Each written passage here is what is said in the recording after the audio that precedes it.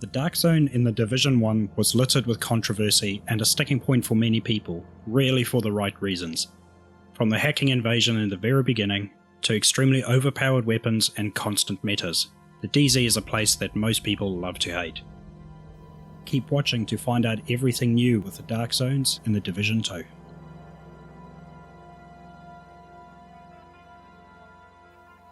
The Dark Zone was like nothing we'd ever seen before. A cordoned off area right in the centre of the map that was both a PvE and PvP zone. A place where you couldn't simply just walk out with the loot you'd found. You first had to call in an extraction to claim it. You could enter as a group with PvE intentions and end up in a battle against other players with the risk of losing all the high level gear you'd worked so hard for before you could extract. Even worse is that not only could you find yourself in a PvP battle, but NPCs could join in the fight at any time, turning your casual farming session into a complete clusterfuck of survival of the fittest. This idea absolutely terrified me, to the point where I'd never enter on my own. And even when I did hesitantly venture in with friends, the hairs on my neck would stand on end the entire time until we made it safely back to the checkpoint. It's the ultimate balance in high risk and high reward, and I loved every minute of it. Every adrenaline rush seeing another group run past the alleyway hoping they didn't see you. Every uncontrollable squeal of terror when they did. Every heart-stopping moment waiting for the helicopter to arrive at the extraction. And that moment when you made it safely to the checkpoint and you could finally breathe again seeing all your new loot in your stash. So exactly how much of this DZ experience have they changed for the Division 2? Well, nothing really. Okay, well they have changed a bit, but essentially the Dark Zone is still the same PVEVP experience, and the ultimate high risk and high reward area of the map, and hopefully it's just as terrifying. One glaringly obvious change however is that there is no longer just one Dark Zone. 3 of these Dark Zones are placed in their own unique neighbourhood of Washington DC, and each has its own stories to tell, while the 4th is more of a dynamic Dark Zone designed for the most hardcore of PvPers, which can alternate between the 3 physical DZs. Our first encounters in a Dark Zone will be a PvE mission, giving us an opportunity to get to know the lay of the land, as well as expanding on the story and lore of how that Dark Zone turned dark. Taking a closer look at each, we can see exactly which area of the map they will occupy, and how big they are compared to each other, as well as the current DZ in Division 1. Capital Station is DZ East, and is the largest of the 3 with longer sightlines and overgrown governmental parks. The European-styled architecture of the suburban and residential area called Georgetown is DZ West, and is perfect for those who prefer medium-range combat, while the smallest of the 3 physical DZs is located on the waterfront. With several choke points, DZ South places emphasis on tight, close quarters combat. In an attempt to balance these areas more effectively, Normalization will be the name of the game for these 3 locations, and won't be limited to just us players, but will also include normalization on NPCs. If you're unfamiliar with how normalization works, it's a way for the developers to even out the playing field for players of all skill levels by reducing the peaks and valleys between players who have high survivability or high damage output. We're unsure of exactly how this will be implemented into our builds, but essentially it will bring weapons and gear back to their base stats.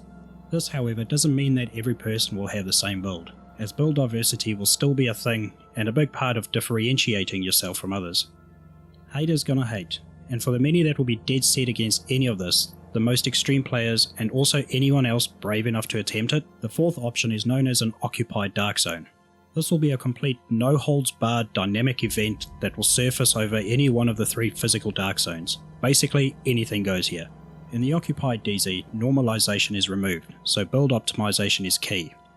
There are no rogue icons, so you can't tell who is or who isn't rogue. Limited notifications and friendly fire is activated. There's no information just yet on when and how long a Dark Zone will be occupied for. We do know that Dark Zones will start being occupied for a set period of time once we reach endgame, so once we get to level 30, we should start seeing this happen. It's also highly likely that some of the best or most exclusive weapons and gear will reside in these occupied Dark Zones. Although not directly confirmed by anyone, it's heavily suggested by a few recent blog posts from Ubisoft. Our DZ ranks are even more important this time around, with all new perks and bonuses available to us from a new vendor located in the Boo. Although not power-based, they are designed to cater to individual playstyles and unlock every 5 levels we gain in the DZ. So if you're more of a PvPer, you can get perks that give you extra space for contaminated items, or for more PvP focused players, you could get increased rewards for rogue agents. The DZ wouldn't be the DZ if going rogue wasn't a thing, and this time around we have more ways to get our fix. Going rogue still works the same way, but we now have 3 states of rogueness, meaning higher risk but even higher rewards. Each rogue state is able to do all the same things as before, like attacking other players to gain XP, currency, and steal their loot, and any other player can still try take you out. Stage 1 rogue has a grey icon and happens when you've either broken into a chest, stolen an entire DZ drop, or toggled you and your teammates into rogue. While in this state and you kill another player, your icon changes to red and you become a disavowed rogue. This will also make you more visible on the map. If you choose to continue killing other players while disavowed, you will eventually become a manhunt rogue, and your icon will change to yellow. Everyone in the server will get an alert of your status, and there will also be a large reward for other players to take you out while in manhunt. As well as the usual ways to clear your rogue status, there is also a new special vendor hidden in a location called the Thieves' Den in the Dark Zones. Once you've unlocked the entrance to this vendor, you're able to clear your status as well as purchase exclusive items from him.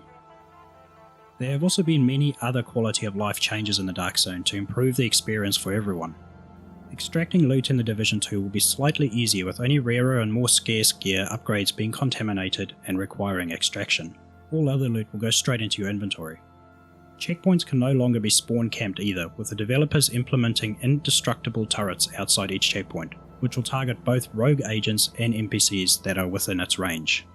With the size reduction of each Dark Zone, server sizes have also been reduced and will hold a maximum of 12 players at any given time in each of the 3 DZs.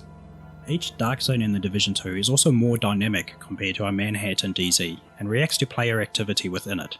The example Ubisoft gave is that if you are taking part in an activity in the northern section of a Dark Zone, events will begin appearing elsewhere to create draw in those areas and balance out the region.